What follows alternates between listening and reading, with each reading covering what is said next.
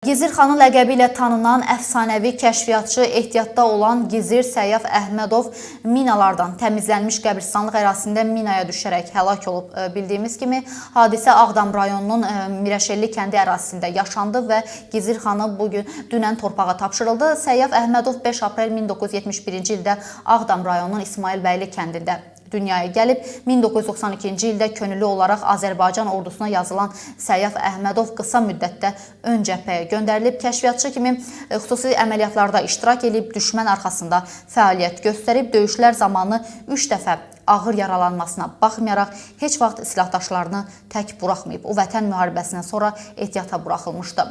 Modernazın məlumatına görə Gizir xanıya şəhid statusunun verilməsi də müzakirə olunur.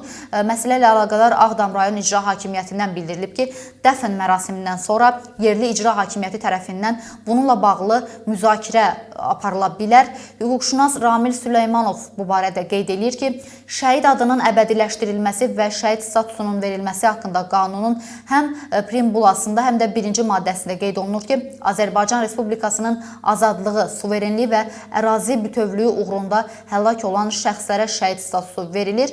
Hüquqşünasın dediklərinə görə, əgər həmin şəxs düşmənin qurduğu minaya tuş gəlibsə, ona şəhid statusu verilə bilər. Şəhid adının verilməsinə imtina edilərsə, həmin şəxsin ailəsi inzibati qaydada məhkəməyə müraciət etməklə, həmçinin şəhid adının alınması üçün düşmən qurğusu nəticəsində həlak olunduğu təsdiq olunmaqla şəhid statusunun verilməsi ilə bağlı müraciəti mümkündür. Səyyaf Əhmədov faktiki olaraq aktiv əməliyyatlar zamanı şəhid olmasa da, məhz düşmənin qurduğu hərbi texnikaya görə həlak olub. Ona görə də mərhum ailəsinə imtina verilsə, belə bununla bağlı müraciət edilə bilər və məhkəmə qaydasında mübahisələndirilməklə şəhid statusunun həmin şəxsə verilməsinə nail ola bilərlər.